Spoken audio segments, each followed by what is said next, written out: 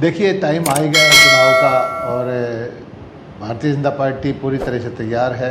और जिस तरह से हमने 10 साल लोगों की सेवा की है, पूरी उम्मीद है कि तीसरी बार भी भारतीय जनता पार्टी की सरकार हरियाणा के अंदर बनेगी।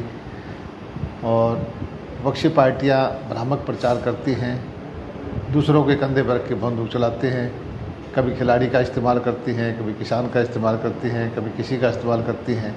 अपनी उपलब्धि बताने के लिए उनके पास कुछ नहीं है और वो अपने वक्त का हिसाब दें कि किस तरह से उन्होंने गरीबों की नौकरी हड़पी थी, किस तरह से किसानों की ज़मीन हड़पी थी, किस तरह से सारे प्रदेश के संसाधन को ले जाकर एक ज़िले में लगाया था, किस तरह से हमारे भिवानी ज़िले का पानी लेके चले गए थे, 2-2 रुपये के चेक किसानों को देते थे।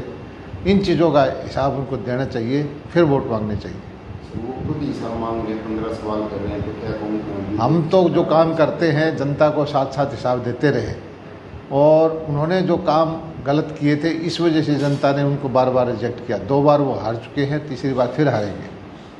तो किन मुद्दों और कामों को लेकर के देखना चाहिए? देखिए, भारतीय जनता पार्टी ने जो एक व्यवस्था परिवर्तन का काम किया है, मेरिट पे नौकरियां दी, कांग्रेस के शासन से दुगनी नौकरी दी,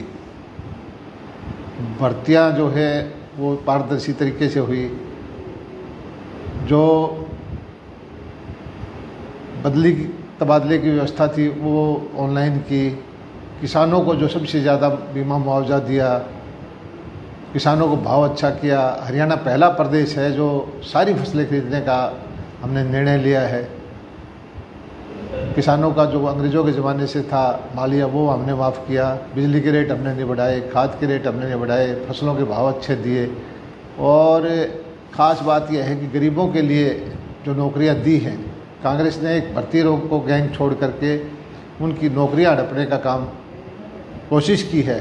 गरीब आदमी इस बात को अच्छी तरह से समझता है। देखिए, लोकतांत्रिक व्यवस्था में हर वर्ग को अपनी मांग रखने का अधिकार है और चुनाव के आसपास वो चीज़ सभी की होती है, इसमें कोई बुराई नहीं है। हर वर्ग जो है कोशिश करता है कि हमें अपने ज़्यादा से ज़्यादा हमारी मांगें पूरी हों।